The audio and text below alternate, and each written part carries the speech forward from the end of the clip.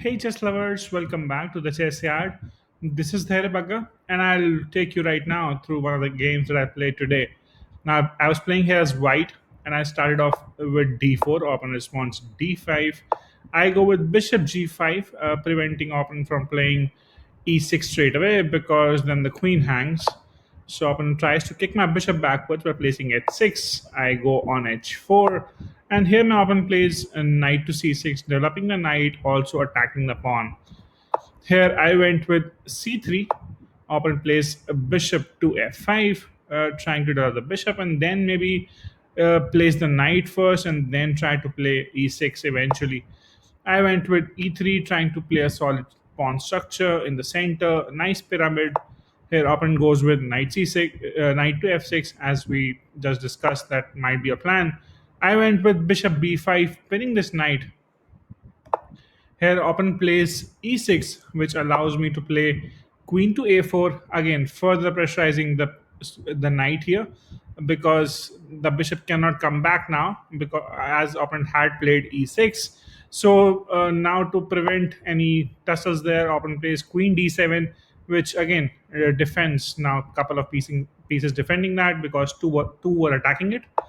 Here I went with knight f3. Now my idea is simple: to increase the pressure on this point, because the queen is pinned up with the bishop. I can take the queen if I am able to pressurize the point here. So that's why I went with knight to f3, preparing to go with knight to e5. And generally the best move here is to place bishop on to d6, which then opponent can definitely take my knight if I try to play it on e5. Opponent plays a bishop to e7, which was a blunder, as I explained. Here comes a knight to e5, threatening to take on queen and or a piece for sure. Opponent saves the queen, loses the knight.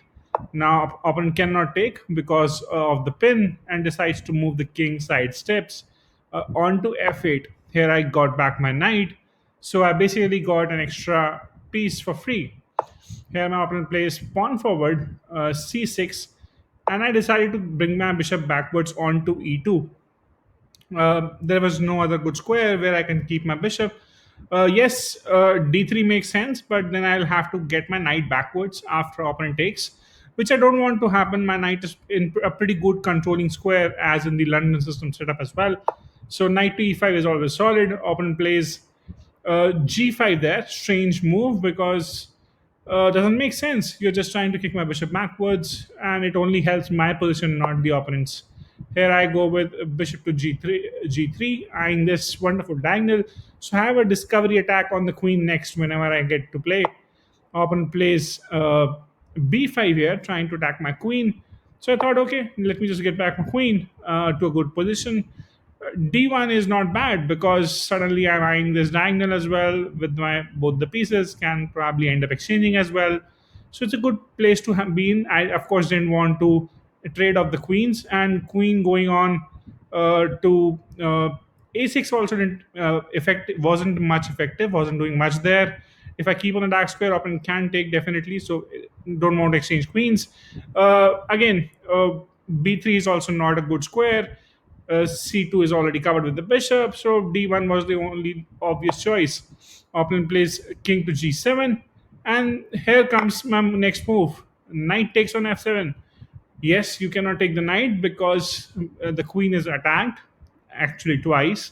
So queen has to move, and as soon as the queen moves, I'll be able to grab the rook as well, and then opponent can take, of course, but goes exchange down as well, and the opponent was already piece down. And so in this position, on move number 15, my opponent resigns. So it only took me like 15 moves to make my opponent resign here.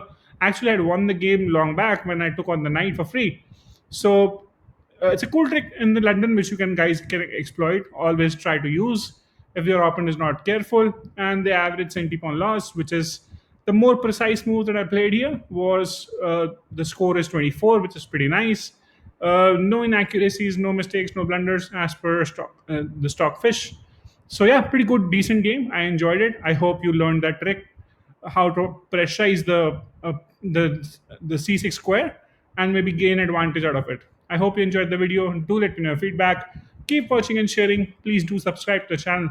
if you haven't already by now. And I shall see you tomorrow with some interesting and instructive content like always. Thanks for your time. Take care. Bye bye.